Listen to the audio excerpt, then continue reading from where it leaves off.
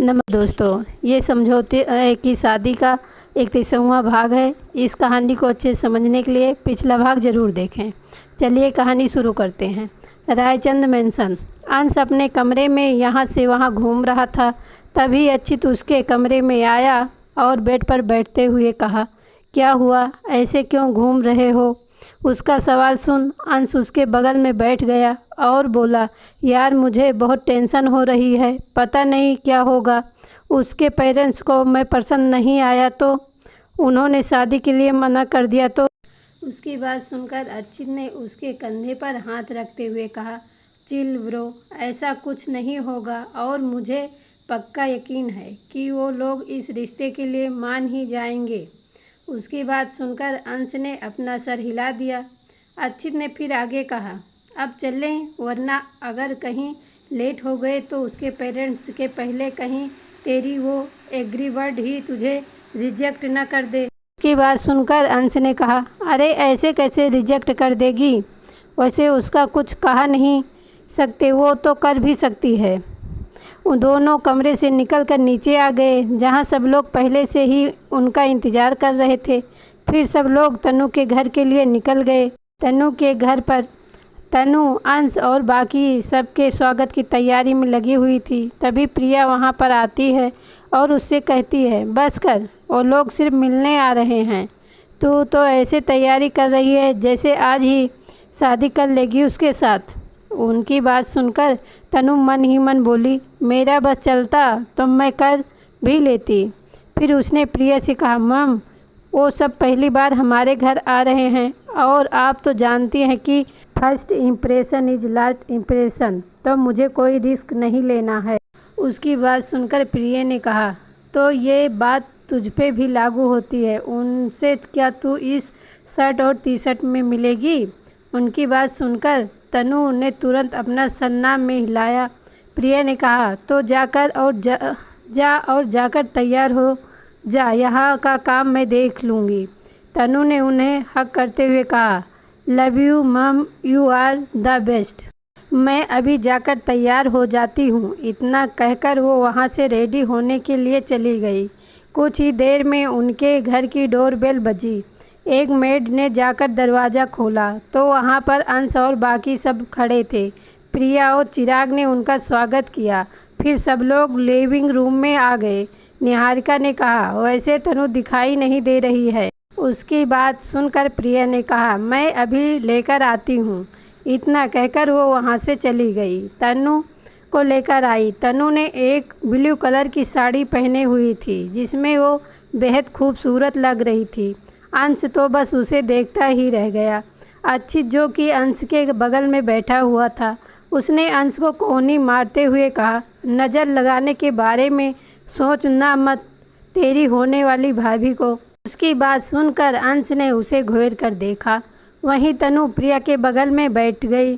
अशोक ने कहा, देखिए भाई साहब, आप जब बच्चों ने शादी करने का फैसला कर लिया है और एक दूसरे को पसंद भी करते हैं, तो अब मुझे तो नहीं लगता है कि अब और कुछ बात करनी चाहिए।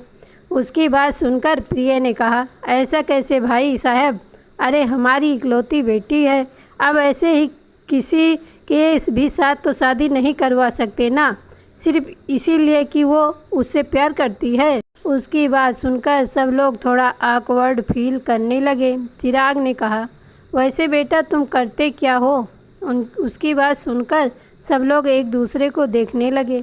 तनु को भी समझ नहीं आ रहा था कि वो ये सब क्या बोल रहे थे, क्योंकि उसने अंश के बारे में उन्हें पहले ही सब कुछ बता दिया था।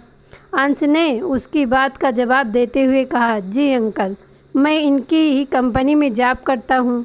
उसकी बात सुनकर प्रिया ने कहा, और रहते भी मेरे ख्याल से इन्हीं के घर में हो, क्यों? उसकी बात सुनकर अंश ने एक नज़र तनु को देखा, फिर उनसे कहा, जी। चिराग ने कहा, मतलब तुम्हारा खुद का कोई घर नहीं है? उनकी बात को सुनकर अच्युत को अब गुस्सा आने लगा था, पर उसने कुछ नहीं कहा।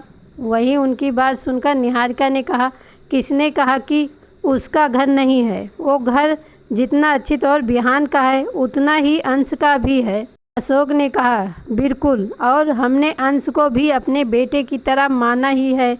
उसकी बात सुनकर प्रिया ने कहा, देखिए बुरा मत मानिएगा भाई साहब, पर बेटे की तरह मानने और बेटा होने में फ़र्क तो होता ही है ना। चिराग ने कहा, आप ही बताइए, क्या आप अपनी बेटी की शादी एक ऐसे लड़के से करेंगे जिसके पास खुद का एक घर भी ना हो। उसकी बात सुनकर तनु ने कहा, डैड। चिराग ने कहा, क्या डैड, आप लोग ही बताइए अगर मैंने कुछ गलत कहा हो। उसकी बात सुनकर रक्षित ने कहा, देखिए अंकल, आप मुझसे बड़े हैं इसलिए मैंने अब तक कुछ नहीं कहा, पर अब आप कुछ ज़्यादा ही बोल रहे हैं। उसकी बात सुनकर प्रिया ने कहा, हम ज़्यादा बोल रहे हैं? अरे हम तो सच बोल रहे हैं, और वैसे भी हमें तो पहले ही ये रिश्ता नहीं करना था, पर वो तो तनु की जिद की वजह से हम मिलने के लिए मान गए थे, वरना ऐसे लड़के से शादी करने से तो अच्छा है कि हम अपनी बेटी को ज़िंदगी भर कुंवारी रखें। कोई कुछ बोलता उससे पहले ही अंश वहाँ से बिना कुछ बोले चला गया। अक्षित भी उसके पीछे चला गया। अंश बाहर आया और कार में बैठ गया। अक्षित भी उसके बगल वाली सीट पर बैठ गया। अंश ने उससे कहा, तू मेरे पीछे मत आ, मुझे कुछ देर के लिए अकेला छोड़ दे। उसकी बात सुनकर अक्षित ने कहा, बिल्कुल नहीं, मैं भी तेरे साथ ही आऊँगा। अंश ने कुछ नहीं कहा और कार स्टार्ट कर दी और वहाँ से तेज़ी से निकल गया। कार की स्पीड देखकर अक्षित ने मन ही मन कहा, हे भगवान, प्लीज़ मुझे बचा लेना। वैसे तो मुझे इसकी ड्राइविंग स्किल पर पूरा भरोसा है, पर जिस तरह से अभी ये कार चला रहा है उस हिसाब से अगर बाई चांस हमारा एक्सीडेंट हो गया और अगर मैं कहीं मर वर गया तो स्वेर इस शर्मा को तो मैं छोड़ूंगा नहीं। सब इसी की वजह से हो रहा है। मरने के बाद भूत बन के उसका चैन छीन लूँगा मैं। तनु के घर में लोग ने तनु से कहा, हमें लगा था कि तुम्हारे पेरेंट्स ने हमें शादी की बात करने के लिए बुलाया है। खैर अब हम भी चलते हैं। फिर सब लोग वहाँ से चले गए। उनके जाने के बाद तनु ने उनसे कहा, what is this mom dad, अगर आपको मना ही करना था तो पहले ही कर देते, इतना तमाशा करने की क्या ज़रूरत थी। उसकी बात सुनकर प्रिया ने कहा, हमने कोई तमाशा नहीं किया, हमने जो भी किया वो तेरे भले के लिए ही किया था, और उस लड़के को भूल जा, तुझे उससे भी अच्छा लड़का मिल जाएगा। उसकी बात सुनकर तनु ने कहा, आपने जो किया वो किया, पर मेरी एक बात याद रखिएगा, अंश के सिवा मैं और किसी और से शादी नहीं करने वाली। इतना कहकर वो अपने कमरे में चली गई। तो दोस्तों, आज का भाग यहीं ख़त्म होता है। अगला भाग सुनने के लिए हमारे चैनल को सब्सक्राइब करें और कमेंट में बताएं कहानी कैसी लगी। धन्यवाद।